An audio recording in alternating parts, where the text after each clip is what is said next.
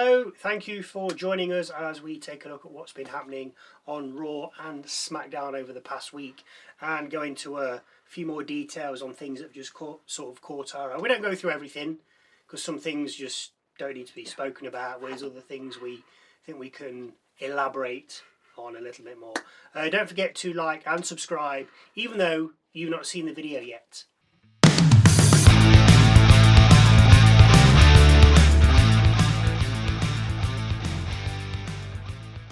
Hello, I'm Michael. I am Sally. Yes, you are. Thank you. So, SmackDown had Trick Williams defeat The Miz. Yeah, I mean, I don't know why The Miz needed to come out. It was Trick's hometown. Yeah. Where he's from, whatever. Had a mascot. Thought it might have been Sami Zayn. Disappointed it wasn't. Yeah. Miz came out and got beaten. Yeah, pretty much. Thanks for coming.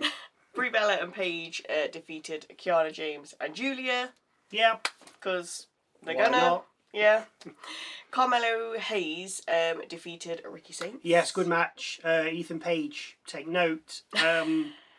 Again, just Saints coming up to Yeah, Hayes. I think you're just into Saints, aren't you? Saints came up, give it the big one to Hayes. The two went for a match. Saints tried to cheat by putting his legs on the rope to get leverage. Didn't work. Hayes then did the same trick and got away with it. But yeah, it was a good match. Yeah. Excellent match. Damian Priest defeated Tama Tonga. Yep. Yeah. Because he did. Charlotte Flair and Alexa Bliss versus B-Fab and Michin ended in a DQ as Cargill got involved, with her also saying at Clash in Italy, the gold's coming home with her. So, presumably, she's taking on Rhea in Italy. Yeah, I mean, it's not been confirmed, but she's like, I'm bringing the gold home. I mean, it's so... a bit like Lash Legend on this show. Yeah, announcing it a bit early. We're gonna come for the gold at Saturday night's main event, even though nobody said anything about any tag matches. No one's mentioned it at all. So, yeah, fair enough. And then finally, we had Gunther taking on and beating Royce Keys in a #1 contenders match, which was pretty pointless, to be fair, because Gunther was already penciled in to face Rhodes anyway. Anyway, after this match, Rhodes attacked Gunther. Yeah, adding fuel to the fire. Yeah, it wasn't really going to be... It wasn't necessary. No. But he had to... I think it was just...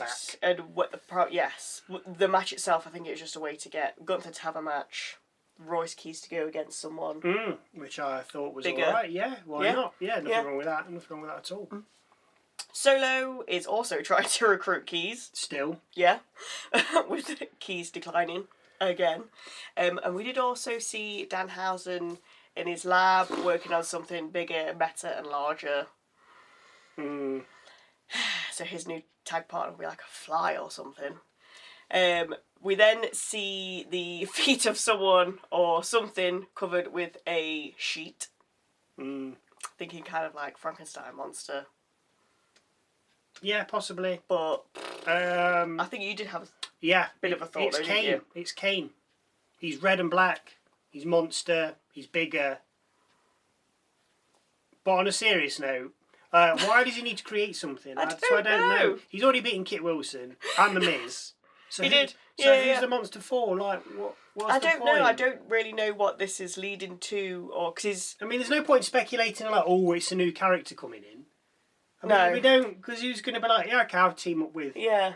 Unless it is, and they do work with Danhausen, and then they become their own thing, because, let's say Frankenstein's monster was obviously his creation, and then he went off and did his own thing, you couldn't control him. So therefore, I mean, it's got to be somebody massive, because when he had the match against Wilson and Miz at Backlash. Yes, that was I can't think what it was called. I did think it was going to be somebody big. Yes. Coming out of that. But then just have the mini house. Yeah, it was funny. Yeah, that's fine. But I genuinely thought, yeah, it's going to be somebody absolutely massive. Because that would have been not necessarily funnier, but I think it would have been like, oh, who's this guy? Yeah, exactly. Yeah. So there's no reason why they can't be somebody that's big, that they've got from somewhere. No. And then they just go off and do their own thing, and then you've kind of got a monster Giving Omos something to do. heel. Yeah, why not? Yeah, why not? Anyway, on to Raw. We saw Finn Bálor defeating Jade McDonagh in a street fight again. I mean, how long is this going to go on for now? I don't know. How many more times? I'm hoping this is done. I think this is the third time, yeah, because Balor's 2 up now. Yeah. Unless he has a match against Dom next week. Oh, boring. I'm never into Finn Bálor anyway. I was just, He's all right. There's nothing about him. But I don't know. Yeah. I don't know. El Grande Americano and Los Americanos defeated El Grande Americano and Los Americano Jimenos. Jimenos? I'm sorry if I've butchered that. As you can see, I'm not Mexican and I don't speak Spanish. What? I know, breaking news. Which then begs the question, whoever loses at the AAA Mask vs. Mask match on May 30th, what are they going to do after? Yeah, don't know. So if Chadador loses, so him and Jimenos, that's it, they're just going to disband. They're all going to demask and off they go. Just go back to doing what they was doing. Or if Kaisador loses, and Rayo and Bravo, yeah. Well, what are they all going to do with? I mean, just when the feud is over, what they're going to do, because who else they're going to feud with? Yeah, this is true. They did because I say they had another match this week. Yeah, but I think just from little things that I've like seen and heard, I think the Kaisador version is very over in AAA. I'm sure he's the one that's really over. Really? Like I'm sure people like love him. So I can imagine them like, if it is kind of like if he stays masked, then like keeping that character for a bit longer, and probably. But then who's he going to feud with? Just I don't know. Mexicans Maybe he could feud with Chad Gable or something, and. Not seen him about for a bit though. Brutus. Is he still injured? Brutus. I think he is, and the other Julian. Maybe he could feud with him because there's 3 of them. This is so Los Americanos against American Made. American Made. That's it. That's what they're called. The 3 of them. Yeah. That's the thought. Absolutely good point. We also had Brie Bella and Paige. Not Ethan. Did I say Ethan? No, you said Paige. Just throw me off. Nice. Defended their tag titles and defeated the Judgment Day, with Cole then later saying that the women's tag titles will be on the line at Saturday night's main event. But we didn't need to know that, Cole, because Lash already spoiled that on last Friday's SmackDown. And then finally we had Seth Rollins defeating Austin Theory, which got Logan Paul, Angelo Dawkins, Montez Ford, Bron Breakker and LA Knight involved. Well, not Knight. That was just your fantasy booking. Yeah, this is true. Knight did interact with Seth earlier in the night, and I just assumed or hoped that when Seth and Dawkins and Ford were taking a beating, Knight would have come down. But he didn't. He just left them high and dry. Yeah, he did, yeah. I think in the long run, though, which we have alluded to before, it will be the Seth. It will be Seth. the Seth and the Profits against the Vision. I mean, it's got to be, hasn't it? I mean, it's got to be. And we had Joe Hendry. We need another 6-man tag. We need another 6-man tag, so it's going to be Seth, because he ain't got any friends. He clearly states this. Got no friends, got no allies. Yep, Nobody trusts him. Yeah, Becky's there, but still. The man. Yeah. Anyway, Seth Profits against the Vision sometime. Well, yeah. So now the matches are done. We opened with Fatu and Reigns going at it, with the Usos and Reigns, Bloodline 3.6. Nice. Absolutely destroying the Werewolf. Yeah. Only for the Werewolf to utter tribal combat when the 3 of them left the ring. This match has now been made official for Clash in Italy. Reigns versus Fatu in tribal combat. You can only win by pin or submission. I don't know if you can go out the ring and use weapons. I thought you was an expert on this. Come on. Not in tribal combat. Oh, right, okay. Winner takes the gold and becomes the new tribal chief, I'm led to believe. I'm sure that's what Jay said. Imagine Fatu being... I can't see how that would work, to be fair. The Ufalafa? Yeah. LA Knight calls it. Yeah, I don't know. Anyway, so the talking point is obviously Brock Lesnar. Is it? and his return. See, the thing is, I said, or I thought something was afoot. Yes. Because of how often Cole or Graves would mention Lesnar's Literally every retirement. show. Now, here's a lesson, kids, or for anyone that's listening. When somebody has a lie or a mistruth, they bring it up when no one's mentioned what they're going to lie about. So in this case, Cole would bring up Lesnar being retired, and no one would have said anything about Brock. Nobody's mentioned him. Just like, oh yeah, Brock Lesnar's retired. And I'm like, why are you dropping that in on a women's tag match? Like, what are you going on about? Can I say, he would just bring it up. Like he's trying to get the lie out before anything's happened and reaffirm it. But, as I said, he was saying it almost every week, which then raised my suspicion. Yeah, Just just like, he said it again. Yeah. Like, but you know, hello, welcome to Raw. Brock Lesnar's retired. What? I'm Michael. Brock Lesnar's retired Cole. What's going on about? And lo and behold, Brock's back. He landed 4 F5s to Oba when Oba came out for his open challenge before heading back up the rampway. There were mixed reaction to cheers and boos. Now, on my personally, I think he was booed because he's broken the code of leaving the gloves and the boots in the ring and retiring, only to come back. And I think that's a bit of a in the fans' faces. Whether it was rumoured for him to come back or not, it's not the point. He should have just... What he could have done at Mania, he's not necessarily left the boots and the gloves. He could have hugged Heyman, got emotional, or sat there, hugged him, got emotional, and then left. Just said, like, thank you. And then you're like, as he retired. In an ahhing. But to do what he did, and then just come back and be like, oh, yes, I know Ric Flair did it. Yes, and I know Shawn Michaels did it.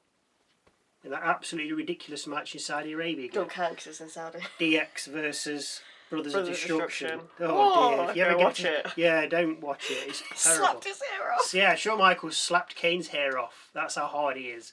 Absolutely ridiculous. And then Undertaker and Triple H were holding hands, running towards the barrier. That is absolutely... He was supposed to Irish whip him into the barrier, but they were just both running like, who's Irish whipping who? Pulled his arm. I think Triple H had... But people have said they are retiring before.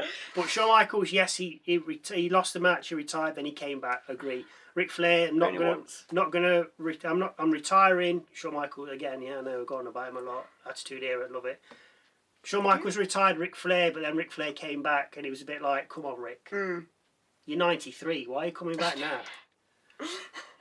So it is a bit in the face, unfortunately, to say you. Well, he had retired. I think some of the boo or the jeering is possibly because it's against Oba, and I think Oba is so over. And that's what it was, because especially with hitting four F5s. Yeah, maybe. At first, it's like I think people were cheering because it's like, oh my god, it's Brock. He's back. But then he's destroying Oba, and then people are just like, wait, I like him.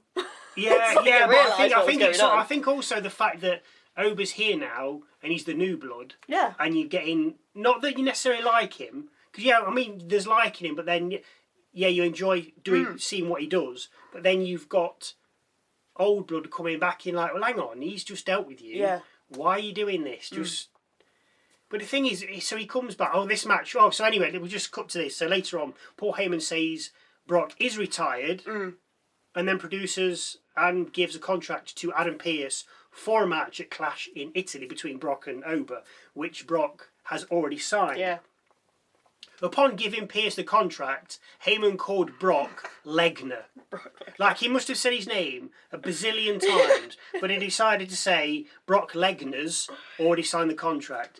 So now that we know this information, so they're going to have a clash in Italy. Okay, so Brock wins. Then what? And then what? Yeah. Is he back? You don't win your last match. Then Gunther can retire him. He's coming. He's working which round. We've said absolutely months Since ago. the beginning of the year. Since the beginning of time, in memoriam, we now know, it's got to be, he'll beat him. But then surely Oba's going to want to get back at him. Yeah. I don't know. You can't win your last match. If they have a match, Oba will be ready. Obviously, he wasn't ready because he had to attack him from behind for a start. Obi will be ready and you'll just deal with it. Yeah, but what's the point in coming? I tell you what, they are sending some big guns to Italy. They are. Obi Lesnar, Reigns, Jacob, Gunther, Rhodes. Yeah. Rhea, Cargill. We think. We're pretty sure because Cargill kind of gave the game away. So Cargill, Rhea.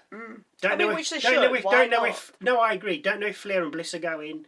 Probably. Don't know if Morgan's going. Why not? Yeah. But yeah, they are sending the big guns. But as you say, yeah, why not? That's what they should do. You don't just send every B team. Exactly. You want to see the big guns everywhere. You do. Which is that's the job. Have we finished Raw? Yes, it was mainly about Brock. It was for you, yeah. Brock Lesnar. Lesnar. Oh, Paul Heyman, what are you doing? On to this week's SmackDown. We have Tonga taking on Shinsuke Nakamura, and at present, that's it. It is. That's all we are aware. We didn't get the phone call off Triple H. No, it's not let us know this week. Not this week. Not this week. Right, let us down. I do have no doubt that Chelsea Green will be around Stratton again, trying to be pals with her, even though that's a match, bro. Stratton's like, no, I'm not interested. I'm on my own. Because I mean, obviously Chelsea's just come back, so she might not be match fit, so it might be kind of waiting for her to be. But the thing is, with her saying trying to, because her mates have all been fired. Don't hang around with Chelsea Green. But the thing is, with Green buzzing around Stratton saying let's be partners, and Stratton's like, no. They will be. More than likely. They will be a tag team. Can they coexist? Stratton will, Stratton will be like, oh, come on, for God's sake, yeah. And she'll be like, oh, actually, yeah, you are poor. No. Solo's probably going to be trying to groom Keys. That'll be a match soon. Oh, yeah. Keys against Solo. Definitely. And Fatal Influence, I can't say their name. I know. Fatal Influence, I have to really think about it, could possibly be taking on Cargill and Co. Yeah, they've got to. There's three of them. They can't be taking on Rhea and Bliss and. Well, it'll be a mix of those 9. Yeah, because obviously be about Rhea and Co together. are taking on Cargill and Co. At Saturday night's main event. Yeah. So Fatal and Co will take on somebody. That's a fair shout. Interfere, join in, be at ringside, something. And then, as I say, I think Danhausen by this time will have resurrected the mayor of Knox County to side with him in some kind of tag match, aka that is Kane, if you're not aware. No. Anyway, if you have any ideas, think that we've missed something, or know what he's talking about, or who Danhausen's mate might be, then please let us know in the comments just down below. As always, thank you for watching. If you like what we do, let us know. That's all we want. Hopefully we'll see you Saturday for SmackDown, and then Sunday for Saturday night's main event.